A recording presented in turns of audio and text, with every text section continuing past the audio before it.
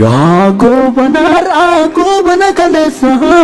uumamni keessan Oromoon uumamne Oromoon balleessuuf isin uumatani Oromuma keessa erga Oromoodhaaf waan tokko hin goone maqaa Oromootiin kursii Oromoorra maaloo gootaa teessa gaafii Oromoodhaa takkattiin deebifne deebiin isii eessa hin deebisa jedhaa kiisii tanaafuu ta'e kiisi mataan keessa Oromoo tokkocha Oromoo kam jarta Oromoo kam diigta waggaa lama ciiftee filannoo gadhuufnaan amma na filadhaaf karaa tolcha jette akaafaa fudhattee ganda keessa fiigda tasa hin taarine filannoon dabartu sin filannuun jiida hin barattan malee batiitee sanirraa barachuu hin dandeenye osoo yakkamtootaaf shakkamtoota ta'uu keessan isin beeynu sirrootani jennee nu isin amanne amaanaa kennalle isinii kennanne kursiirra sin kenne amaanaa kennalle karatti nyaatanii bakkaan nuuf hin genne waan dhufuuf hin beeku namni waan dabarseef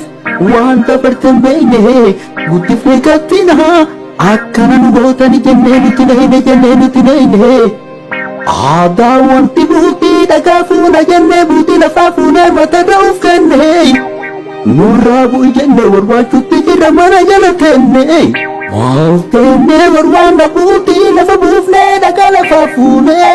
mataa keessa darbu amma kanaan booda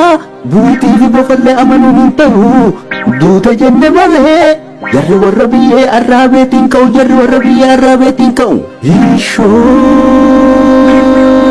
Ola baatu meedaa kaafaati dhaabbe nagaa buufte seenee Itoophiyaan hin hafne Eertiraan hin hafne gammachuu dhiichifne wal keessa ceceene tooftaan tantee garuu lola dhaabuu miti lola lama yeroo tokko seenuun feene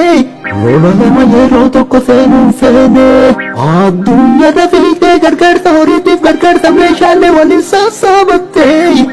humna waraanaa bakka tokko walitti ajjaafattee sababa kana waggaa 100 dhiitee bulcha jettee karoora baafattee turiin taatuudhii fi karoorri akkasii Haayile Sillaasee kalee galaafatte haaleessuma kana maqaa nagayaatiin addunyaa irratti argattee badhaasa hadha gaddeebite ummatuma kan keeyyoo fittuu rasaasaan Hojiin kan kee kun addunyaa kaleessii kenne badhaasa gaafii keessa galchee qaanesse mataansa hojii fi walakkaa maqaa waraanaatti waraana leenjifte irratti bobbaafte ummata qulqulluu dubartiif daa'imman raafarraa hobbaafte isiin guyyaa tumtuu jaarri halkan tumaa maaliif sabni kenna jirtuu lamedhumaa sababni isaa maali meekana nuuf hima Hojiinis Oromoo walaktis Oromoo ilmaan Oromooti obboleeyyan teenna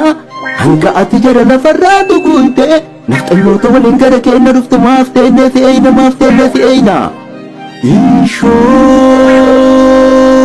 Artistoonni sabaa wardiyyaa sabaatiin irraa hin tuqinirtii fi saba kenna yoo dhiisuu katittu rasaasa geerarsaa siirra gadi kenna